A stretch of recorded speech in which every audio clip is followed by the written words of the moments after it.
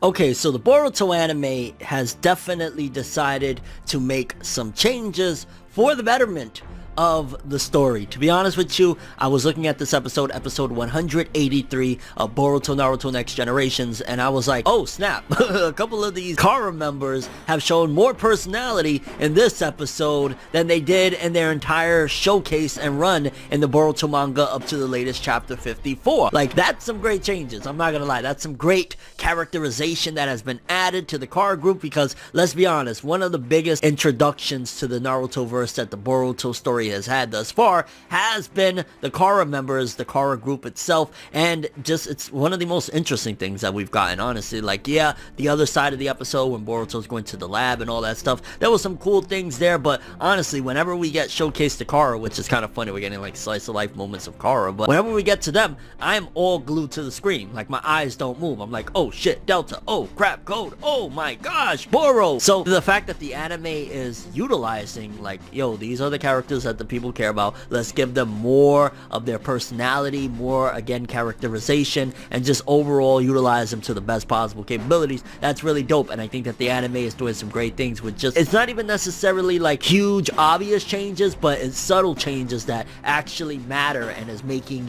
for good use of some of these characters. Like, just going back alone, one of the things that I feel as though the anime did wonders, and I talked about it in the last video that I did about the anime, was Mujino's character development, Mujino's characterization in the anime. In the manga, I look back and funny enough, even his design was terrible. Honestly, I think in the manga, Mujino really was meant to just be like a fodder character. Like, he really wasn't supposed to be as important as he is in the anime, but the anime has utilized him very well and made him likable, important, and in general, really dope stuff. And if they could do the same thing that they've done to Mujino to already interesting characters like the Kara members, then it's all fair game, and this is gonna be great. Make your move. That's how it be, though. Because I mean, the episode opens up alone. You got Delta and Code, and I think this was the first time we got the full-on design of Code displayed in the Boruto anime. Like, we've seen his face, I want to say, but like, we got the full-on design this time around, and they're discussing things which it's getting interesting alone of them talking about, because now there's this whole traitor amongst Kara, the mistrust and things like that,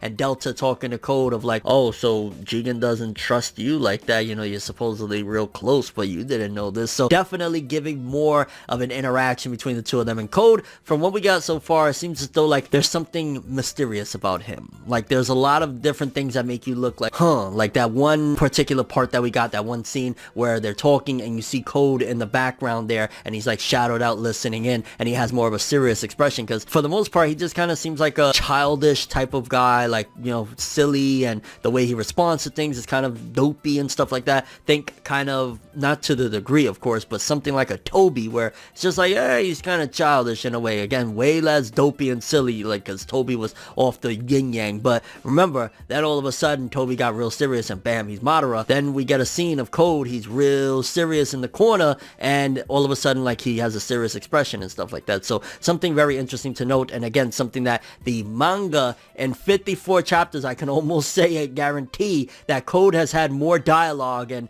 been more involved in things in this episode alone than he's been in the manga, which you could argue maybe that's a bad thing, or it could be that the manga has some very big plans, because again, if you're caught up to the manga, you know what's going on right now. But yeah, really insane stuff there. And then even Boro, which I was really hoping that they would do this with Boro in the anime, like seeing when he shows up and Amado's there, which you could tell none of them respect him. Amado is straight up like a Dr. Gero. His peers of the Kara members aren't as like brutal as like the androids of kicking his head off or anything like that, but none of them respect him. Boro shows up, he's like, yo, okay, good, you could sit down now, and we could, you know, fix everybody. We got to get everybody up and running. Until Koji comes back, we ain't moving. And Boro's just there laughing. He has spies apparently, because he knew that Victor was dead, even though, which I don't get why they played it off like it was a big shock. Like, we just seen it happen like, what, 2 episodes ago? Why is it when Code and Delta hear about Victor's death that they're like, and we cut into the opening? Like, I don't get it. Like, why did they play that up for like dramatic factors? Like, it wasn't like, yeah, it already happened. Like,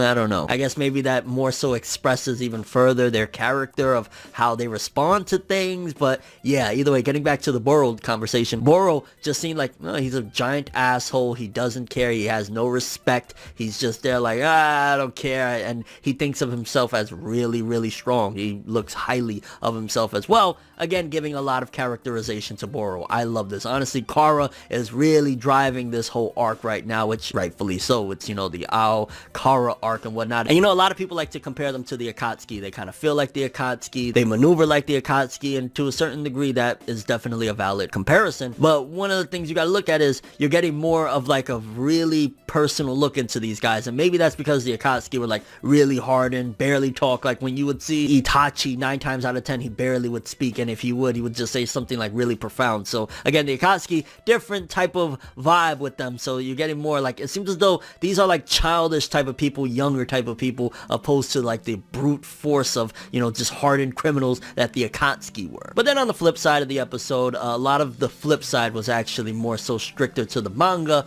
Boruto, Katasuke, and Team 7 arrive at that lab. We get Sumire, which it was funny that Sumire was originally anime only, then they adapted her into the manga, and then now we're back to the canonical stuff of the manga and the anime, which I feel like I just confused myself there with seeing Sumire again and what has become of her, because she switched out from being a shinobi to now she's working at this lab. We get to see Nue there, the professor that I don't understand it, why she has the hots for Katasuke, but alright.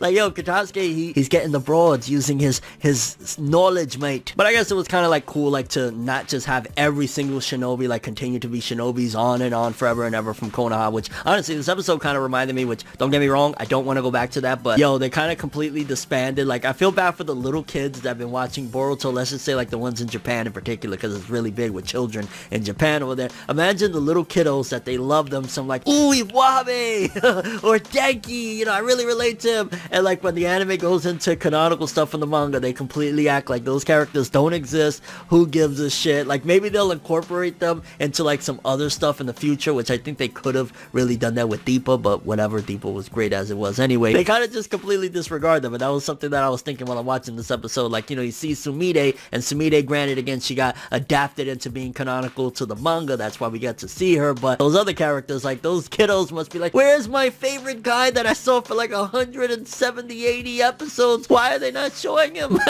But throughout the episode, on the Boruto side of things, we definitely see that Boruto is still struggling. I mean, he gets over the hurdle, but he's still struggling with accepting technology, and he's, honestly, a lot of it is, in my opinion, just, he's straight up bitter towards it. He got caught cheating using it, and since then, it kind of gave him maybe some trauma, some PTSD. Every time he sees a little piece of technology, like a mini computer, he's like, oh, get it away! But for starters, we get to see some really cool tech, and, yo, the Star Wars was real when we saw that lightsaber. Don't lie, you know that was like a damn lightsaber. Granted, it was ran off chakra, but it was like a lightsaber, and it was interesting to see as well that it just drained Boruto immediately, so it still has, it's imperfect right now, but it was a dope thing to see. I think, I want to say in the manga, it looked a lot cooler. I will say that. Like, there was a particular shot of Boruto holding it, and I'm not sure if they bring it up again or whatever, but I remember in the manga, him with that lightsaber, and it looked really, really dope. But you see throughout the episode, after especially in particular, the battle, which I want to say this was the third time Boruto and Sarada have thrown hands in the anime. Boruto and Mitsuki versus Sarada, and Sarada gives them the works using a little bit of that technology, but nevertheless, I love to see it, and this is why I